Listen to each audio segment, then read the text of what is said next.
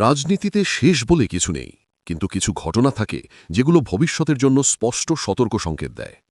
আজ ১৭ জানুয়ারি শনিবার সকাল রাজধানীর খিলগাঁওয়ে যা ঘটেছে তা চরমোনাই পীরের দল ইসলামী আন্দোলন বাংলাদেশের জন্য একটি লাল বাতি। ঢাকা মহানগরী দক্ষিণের ৭৫ নম্বর ওয়ার্ড সভাপতি গাজী নাসির উদ্দিন, প্রভাবশালী ব্যবসায়ী কাজী আক্তার হোসেন এবং আরও ১০ জন নেতাকর্মী দলবল নিয়ে সরাসরি বাংলাদেশ জামাতে ইসলামীতে যোগ দিয়েছেন। অনুষ্ঠানের প্রধান অতিথি ছিলেন জামাতের ঢাকা ৯ আসনের প্রার্থী কবির আহমেদ। এখন প্রশ্ন একটাই, নির্বাচনের একদম আগে কেন এই দলবদল? কেন চরমোনাইয়ের মাঠ পর্যায়ের নেতারা জামাতের পতাকাতলে আশ্রয় নিচ্ছেন? এটা কি নিছক দলবদল, নাকি চরমোনাইয়ের ভুল রাজনীতি ও অবাস্তব দাবির প্রতি কর্মীদের প্রকাশ্য অনাস্থা? আজকের প্রথম পর্বে আমরা দেখছি মাঠের সেই রূঢ় বাস্তবতা, যেটা চরমোনাইয়ের শীর্ষ নেতৃত্ব এখনও মানতে রাজি নয়। চরমোনাই যখন জোট ভেঙে বেরিয়ে গেল, তখন তাদের হিসেব ছিল, আমরা বেরোলে অন্য ইসলামী দলগুলো আমাদের সাথে চলে আসবে, জামাত একা হয়ে যাবে। কিন্তু বাস্তবতা আজ সকাল ৯টায় মগবাজারে জামাতের জরুরি বৈঠকে পরিষ্কার হয়ে গেছে, জোটের কোনো ইসলামী দলই চরমোনাইয়ের ডাকে সাড়া দেয়নি। কেন দেবে? রাজনীতি আবেগে চলে না, আবেগ দিয়ে পেট ভরে না, আবেগ দিয়ে নির্বাচন জেতা যায় না। চরমোনাইয়ের সাথে গেলে ছোট দলগুলো কি পাবে? না আছে নির্বাচন করার টাকা, না আছে লজিস্টিক সাপোর্ট, না আছে কেন্দ্র পাহারা দেওয়ার লোকবল। চরমোনাইয়ের সেই সক্ষমতাই নেই। অন্যদিকে জামাতের সাথে থাকলে ফিন্যান্স, ম্যান পাওয়ার, সংগঠন সবকিছু প্রস্তুত। চরমোনাইয়ের এই অঙ্কটা শুরু থেকেই গলত ছিল। তারা ভেবেছিল তারা লিডার, বাস্তবে তারা পরিণত হয়েছে লোনারে, এক ঘরে দলে। এই আত্মপ্রতারণার সবচেয়ে বড় উদাহরণ ডাকসু নির্বাচন।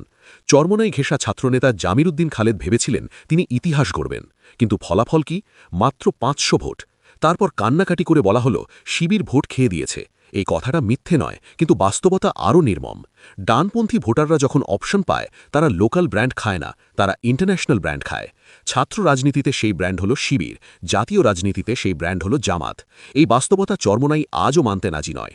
সিটি কর্পোরেশন নির্বাচনের ভোট দেখিয়ে তারা গর্ব করে, কিন্তু তারা লুকায় এই সত্য, সেই নির্বাচনে জামাত ও বিএনপি ছিল না। ওগুলো ছিল আওয়ামী লীগ বিরোধী ভাসমান ভোট, চরমোনাইয়ের নিজস্ব ভোট ব্যাংক নয়। আজ পরিস্থিতি ভিন্ন। আজ জামাত আছে, বিএনপি আছে। চরমোনাইয়ের আসল ভোট ব্যাংক কত? ৩-৪%। কিছু আসনে ১০-১৫ হাজার ভোট পাবে, হয়তো কাউকে হারাবে, কাউকে জেতাবে, কিন্তু নিজেরা জেতার মতো শক্তি নেই। খিলগাঁওয়ের নেতারা এটা আগেই বুঝে ফেলেছেন, তাই তারা আজ হাত পাখা ছেড়ে দাড়িপাল্তায় এসেছেন। চরমোনাইয়ের জোট ছাড়ার পেছনে আরেকটি বড় কারণ লিডারশিপ জেলেসি। শাইখুল হাদিস আল্লামা মামুনুল হক জোটে থাকলে চরমোনাই সেখানে কমফর্ট ফিল করে না। কারণটা খুব পরিষ্কার, জামাতের ভোট ব্যাংক আলাদা, কওমি ভোট ব্যাংক আলাদা। মামুনুল হক জামাতের প্রতিদ্বন্দ্বী নন, কিন্তু চরমোনাই ও খেলাফত মজলিস দুজনই কওমি ভোটের দাবিদার। মামুনুল হক যদি চরমোনাইয়ের ছায়ায় যেতেন, তাহলে তাকে কার্যত চরমোনাইয়ের আধিপত্য মেনে নিতে হতো। তিনি সেই ভুল করেননি, কিন্তু চরমোনাই করেছে আরও বড় ভুল। এনসিপির নাহিদ ইসলামের আসন দাবি করেছে, যে আসনের জন্য জামাত নিজের সিট ছেড়েছে, যে আসন ভোটার মাইগ্রেট করে তৈরি করা হয়েছে। এটা রাজনীতি নয়, এটা রাজনৈতিক লোভের নগ্ন প্রকাশ। নারী নেতৃত্ব নিয়ে প্রশ্ন তোলে, কিন্তু ডাকসুতে নিজেরাই নারী প্রার্থী দেয়। এই দ্বিমুখী নীতি, এই অতিরিক্ত লোভ আজ চরমোনাইকে ডুবাচ্ছে। সবচেয়ে ভয়ঙ্কর অভিযোগ, বিশ্লেষকরা বলছেন এই সিদ্ধান্তের পেছনে বিদেশি ইশারা থাকতে পারে। ইসলামী শক্তি যখন ঐক্যের দ্বার প্রান্তে, ঠিক তখনই বিভাজন। এটা কি কাকতালীয়? খিলগাঁওয়ের নেতারা আজ প্রমাণ করেছেন তৃণমূল কর্মীরা এই ফরেন এজেন্ডা মানে না। ইতিহাস আমাদের শিক্ষা দেয়, মিশরের নূর পার্টি যেমন মুসলিম ব্রাদারহুডকে ডুবিয়েছে, চরমোনাই কি সেই পথেই হাঁটছে? আল্লাহ যা করেন মঙ্গলের জন্যই। জোট ভাঙা হয়তো জামাতের জন্য শাপে বর। শেষ কথা একটাই, ইসলামী রাষ্ট্র গঠনে দরকার আবেগ নয়, হটকারিতা নয়, লোভ নয়, দরকার প্রজ্ঞা, ধৈর্য ও বাস্তবতা। চরমোনাই আবেগ বেছে সাময়িক হাততালি পাবে, কিন্তু ইতিহাস ক্ষমা করবে না। আল্লাহর দিনের বিজয় হবেই, হয়তো আপনাকে নিয়ে, নয়তো আপনাকে ছাড়াই।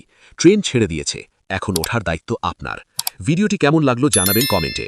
চ্যানেলে নতুন হলে সাবস্ক্রাইব করুন। দেখা হবে পরবর্তী বিশ্লেষণে।